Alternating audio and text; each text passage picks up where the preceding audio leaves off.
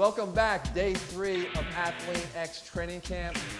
Here we're gonna hit the legs. Now, you're gonna notice pretty quickly as we go through these exercises, we train legs a little bit uniquely. We don't load up the heavy weights on our back. Too much risk, again, for damage to the spine. People walk out of here with bad backs. That's not the long-term goal to being able to weight train and get stronger for life. We're trying to give you a lifelong plan, and I also want to guarantee you that when you do some of these single leg movements that we do, you're going to find a whole new way to overload your legs without having to do those heavy stuff all bearing down on your spine. We start right away with a dumbbell squat. Come in position, and again, it's just straight down to the sides. If you carry these dumbbells right at your sides, they'll actually pull you right down where you need to be, which is right through your center of gravity. So if I come straight down, it's as if I'm trying to pick something up off the ground. But I'm going to stop just about at below knee height. Right here, and then come on up. And if you see from the side, the all-important position is what's going on with your low back at the bottom. It should be arched, natural. Your shoulders should be in line with your knees, which should be in line with your ankles. Okay, everything should be straight down, in line, and come out of there. Now, there's nothing stopping you from grabbing 90-pound dumbbells in each hand, but you better have strong forearms. And that's what we're talking about. Again, always integrating muscle groups that you thought would have no business working together. We're going to work them together here with Athlete X. Next thing we do, a dumbbell side lunge. So we grab our dumbbells, and instead of going just straight ahead, which is a great version of the lunge, we want to start incorporating different planes of movement. So we have 3 to choose from. We have something called our sagittal plane, which is everything sort of front and back, okay? The next plane we have is our frontal plane, which is when we work side to side. And then we have one final plane, which is called our transverse or rotational, which we would sort of drop and rotate this way. For the dumbbell side lunge, as you can guess, we're focusing on the side to side movement. So we get ourselves here. As we step out to the side, we keep our head up, our toes pointed straight ahead, and then we power out of that position. And as always, we want to work right into the other side so that we're not just concentrating on one side or feeding one side over and over again, but we're trying to overcome whatever compensation we have and drive ourselves out. Okay, side to side. You go 12 reps on each leg, 3 sets. Next one, a dumbbell single leg RDL, or Romanian deadlift. Now we want to get balance involved. So we're going to put ourselves up on one leg. We're going to have one dumbbell here. We're going to come down, try to lean forward just outside about where the knee is, and then drive up and through the glute on this side. You should start to feel everything working right from the beginning, from your foot all the way up to your glute in the hip here, to stabilize and prevent you from falling over. And you should concentrate on trying to keep your knee from doing too much buckling. If you see a lot of that happening, you probably have some weakness in through the hips. We'll overcome that in the next 12 weeks of the program, but you might have to start right now with maybe putting your toe on the ground here, just so you have the balance. But again, all the work is being done by the leg that's on the ground. So if I turn to the side, again, this leg's free in the air.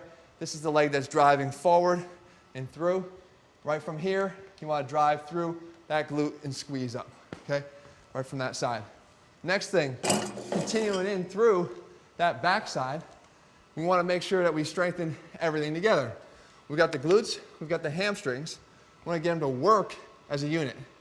Oftentimes, hamstring strains come from the fact that the hamstrings are trying to do the job that the glutes are not doing, because simply nobody trains the glutes and they don't work them in their weight training at all. So we want to be able to make sure that we do that. We'll come down on the ground, put our feet up on a bench, we'll call them hip bucks. You drive through your heels, you point your toes a little bit in that direction, drive straight through the heels, squeeze through the glutes, and get your low back working, your glutes working, and you'll feel it right into your hamstrings. So you drive down and straight up.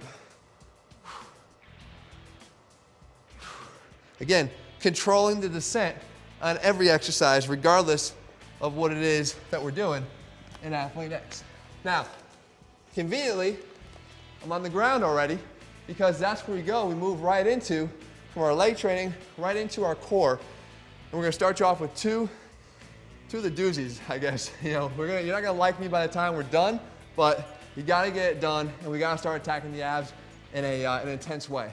The starfish crunch, 3 sets to failure. Heels to the heavens, 3 sets to failure. How do we do them? Get on our back. Arms are out, legs are gonna be out and off the ground. So when you're ready to start, everything will come up. As you come up, you'll rotate through, kind of try to reach to the inside heel of your left leg, come back down, try to rotate, touch the inside heel of your right leg.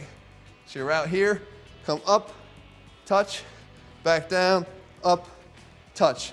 So again, not just straight up and down, but rotation, right and left, and also balance, counterbalancing here, because everything wants to sort of rock me around and throw me around. I've got to make sure that I'm stable and that my core is engaged to allow me to get up there and keep it clean. Last one, heels to the heavens, working the lower ab area. Hands are down at your side. You're going to keep your legs started at least 45 degrees off the ground. When you hit the vertical position here, you start it by contracting your abs. You don't just swing your legs back towards you. I'm contracting my abs to bring the legs up and not just swing with momentum. Once it's up, you press straight up in the air and then down. Okay, once I hit that vertical, it goes straight up. And I lower it down just to a point about here. If you want to really challenge yourself, you lower it down just over the ground. But here, you better make sure that your low back is in contact with the ground, because the tendency is to let your arch your back, because you can't support, with the ab strength, you can't support that position, that flat back position. So again, go down only as low as you can control and straight up. 3 sets to failure. And what I mean by failure is take it to you cannot do another rep in good form. That's lower body and core. It only gets more difficult from here, but make sure you concentrate on your form. Make sure you concentrate on executing the exercises the way they need to be done, and go at it. Go at it with as much weight as you can handle, because again, we train to failure. If it's 10 to 12 reps, you go in 10 to 12 reps with as heavy a weight as you can. We want to guarantee and ensure muscle growth. Come back, another conditioning workout tomorrow, and then we finally wrap up the first week of training with an upper body pull. I'll see you guys tomorrow. Rest up.